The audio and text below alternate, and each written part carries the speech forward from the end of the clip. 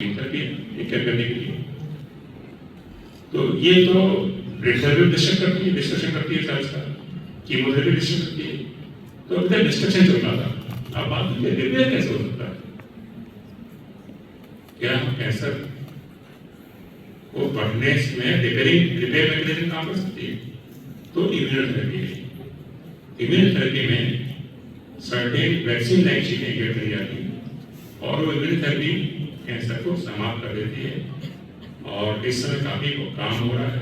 रूस में अभी एक वैक्सीन बनी है, उस वैक्सीन को लंग कैंसर पर टेस्ट किया जा रहा है और उसमें जो अच्छे आए जिनमें कैंसर की वैक्सीन है, लेकिन हर कैंसर की वैक्सीन नहीं हो सकती। वजह ये है कि कैंसर अलग अलग नेचर होता है कैंसर का। तो कैंसर स्पेसिफिक वैक्सीन चाहिए।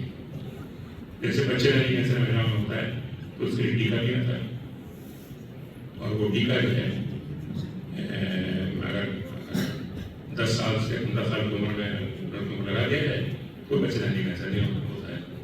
अभी आया ये टीका पिछले 5 साल में और उसको अपने रूटीन वैक्सीनेशन लाया जा रहा है। तो टीका भी सही टीका है उसने। तो अब लोग कहते हैं कैंसर का बहुत महंगा है। हाँ, जैसे इलाज अच्छा होगा महंगा होगा तो उसके लिए विकल्प है एयर कैंसर इंश्योरेंस की, खाली प्योरली कैंसर इंश्योरेंस स्कीम है। उसमें आपको अगर जल्दी करा लेते हैं हर महीने 10-15 रुपये देने पड़ते हैं। और जैसे ही किसी को कैंसर पता लगता है तो कंपनी चाहे कितना पेमेंट मांग रहा हो, 100 रुपये मांग रहा हो, वो उसके लिए जरूरी है कि आपको 15 लाख से 25 लाख रुपये दे। नेक्स्ट लाइफ में स्कीम निकाली है या ऐसी निकाली, वो कैंसर के इंश्योरेंस होते हैं। तो वो कैंसर का इंश्योरेंस भी लिया जा सकता है, कैंसर के इलाज से कर सकते हैं। आयुष्मान योजना है जो सरकार की, उसमें भी काफ़ी मदद मिल जाती है। तो ये सारी जो है विकल्प हैं जो वास्तव में अवेलेबल हैं और जिनका भरपूर इस्तेमाल होना चाहिए। तो कैंसर से डरने की जरूरत नहीं है, लड़ने की जरूरत है। और कैंसर से बचने की जरूरत है। बचें कैसे? प्रिवेंशन से। तो प्रिवेंशन करिए, तो ये करिए। ये मैसेज अगर आप सब जगह स्प्रेड कर सकें जो मैंने कहे हैं ये बातें, तो मेरा यहाँ आना सार्थक हो जाएगा। और मैं तो शुरू होता ही ना तो पूरे साल में चलाता हूँ स्टार्ट को। अब जैसे बच्चों के स्कूल में भी करना मिलेगा तो करना है तो विभिन्न प्लेटफॉर्म्स पे ये मैं करता हूँ। लगभग साल में चलता है तो जितना मैक्सिमम कवरेज हो सकता है मैं कुछ करता हूँ। तो अब आपके कुछ सवाल होंगे जो आप पूछना चाहते हो, क्योंकि अभी तक तो वन साइडेड बम्बार्डिंग हो रही थी करेगी।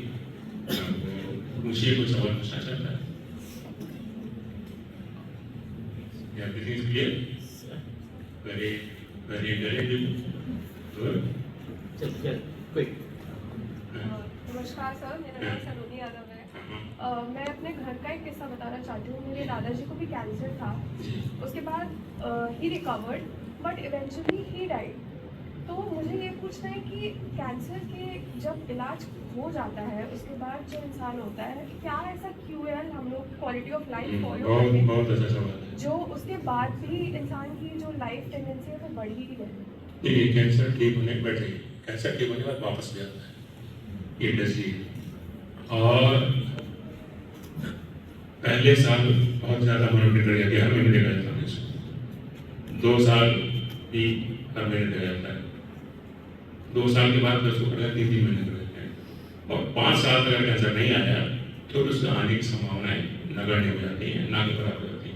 इसलिए एक गार्ड जरूरी है कि आप डॉक्टर दिखाया है वहाँ नहीं जा सकते हैं तो आप उस एरिया में डॉक्टर है उसको आप दिखाते हैं बीच में। और कुछ जरूरी टेस्ट होते हैं, जैसे ट्यूमर मार्कर्स होते हैं। जैसे ब्रेस्ट कैंसर में ट्यूमर मार्कर होता है, उसके 15.3 उठा से पता लगता है। टेस्ट किया डॉक्टर ने, वो अगर रेज आया है तो उसमें कहीं नहीं कर सकता कर रहा है। ऐसे प्रोस्टेट में कैंसर में होता है ट्यूमर मार्कर, पेट से कर होता है। वो अगर बढ़ा हुआ है प्रोस्टेट में बड़ी होती सामान तो कोई ऐसी बात नहीं है। लेकिन अगर वो बड़ी वाली तो उसमें कैंसर हो सकता है और वापस अगर आया तो पेट से हो जाएगा। तो ऐसे क्यों? ब्रेस्ट में भी 8.3 ट्यूमर होता है ये ट्यूमर पड़ा हुआ है, ओवरी में CA125 ट्यूमर होता है। ये ट्यूमर मार्कर्स जो हैं हमें कैंसर की मॉनिटरिंग में बड़ी मदद करते हैं, जिनमें सब में हर कैंसर में ट्यूमर मार्कर नहीं होता है। पिछली थैली में CA19 होता है। तो इस तरह की ये नई चीज़ें हैं जो आ रही हैं लोगों और अब कानपुर में ये ट्यूमर मार्कर्स की स्टडीज अवेलेबल हैं और ये संभव है कि हमको मॉनिटर कर सकते हैं और वापस आने का खतरा भी रोक सकते हैं। दूसरा एक तरीका है कि पेट CT चली जाना चाहिए। CT स्कैन होता है, हमारे होता है, ज़्यादातर लोग से भी जानते हैं, पेट CT को नहीं जानते हैं। पेट CT क्या होता है, डेढ़ पेट से लोग एक्सपांशन का होता है, तो उसको जो है ब्लड में इंजेक्ट करा जाता है एक रेडियो ओपेक डाई के साथ में। तो वो हम देखते हैं स्क्रीन पर, तो जो जो ये रेड ग्रो कर रहा है इसका मतलब वहाँ कैंसर है। तो ऑपरेशन के बाद भी देखते हैं ये कैंसर छूट तो नहीं रहती, बीच में जब देखते हैं फॉलो पे देखते हैं तो देखते हैं पेट CT जांच दुर्भाग्य से महंगी है। शहर में एक ही जगह है DNC में 26,000 रुपये की खर्चा आता है। तो मैंने रिटायर होने के बाद JK साहब ने इससे मैंने काम किया, बड़ी करी, मेरे टाइम में स्टार्ट हुई थी और वहाँ का डिपार्टमेंट बनाने में मैंने योगदान है थोड़ा सा।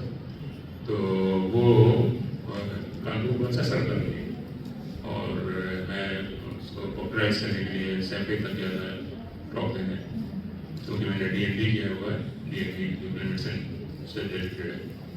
तो ये जो है इम्प्लीमेंटेशन का सब्जेक्ट है और ये पेट CT वरदान साबित हुई है और उससे जो है कैंसर को शुरू से पकड़ा जाता है, कैंसर को फॉलो में पकड़ा जाता है, कैंसर वापस नहीं आ रहा है और पहली डाउट होता है उस डाउट को क्लियर कर देता है पेट CT की जाँच। तो ये पेट CT का खास महत्व है जो धीरे धीरे लोग रियलाइज कर रहे हैं। अभी जनरल डॉक्टर्स नहीं जानते पेट CT के बारे में ज़्यादा, तो उनको भी अवेयरनेस प्रोग्राम के लिए लगाए जाते हैं, क्योंकि वो ज़्यादा हमारे ही करा लेंगे, CT स्कैन करा लेंगे, अल्ट्रासाउंड करा लेंगे, पेट CT पर ध्यान नहीं जाता। जाँच भी महंगी है, करीब 22 से 24,000 रुपये तक जाँच का खर्चा है।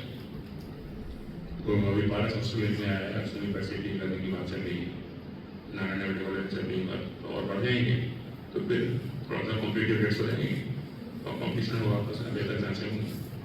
कॉम्पिटिशन के बाद यही मिलता है, पेशेंट मिलता है कि रेट कम होते हैं और डेट जल्दी मिलती है जांच के लिए। तो ये सारे फायदे हैं। और कोई सवाल?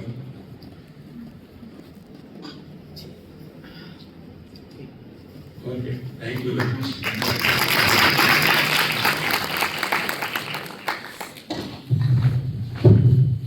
Thank you so much, sir, for sharing your profound knowledge and inspiring thoughts.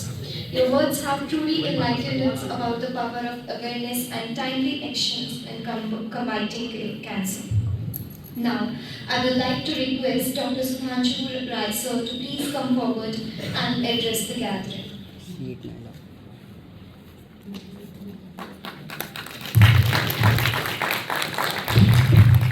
Thank you very much, Nandika.